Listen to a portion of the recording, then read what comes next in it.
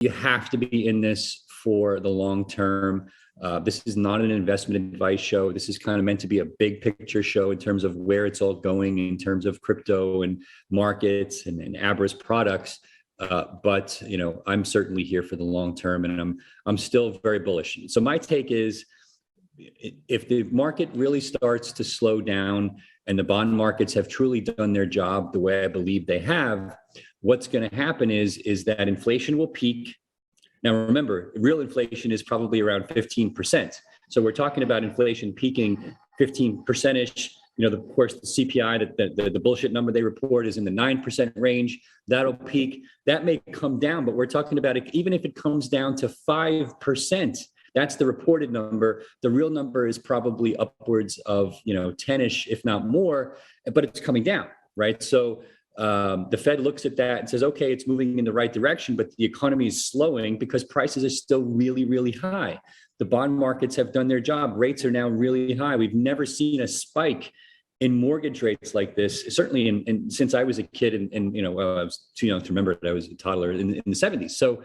So the bond markets, which lead the way, have done their job. They've done the Fed's job for them, but I think they're going to basically push us into at least a mild recession. And at that point, the Fed has no choice, in my opinion, given their traditional, response to this, but to start easing up again. You're going to see quantitative easing. You're going to see effectively money printing, which is more or less what quantitative easing is.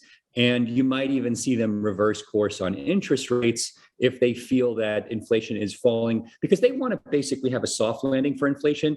They can't control that. They may have delusions that they can, but they really can't control that. The markets will control that, as we're seeing with the bond markets causing mortgage rates and other interest rates to spike. But I do believe that the recession could be mild, but it's going to put us back into this kind of easing mode. And then it's just game on again for risk on assets, right? At that point, I wouldn't be surprised in the second half of the year if we see massive rally in those growth stocks, those Cathie Wood stocks, as I now like to call them, in crypto in particular.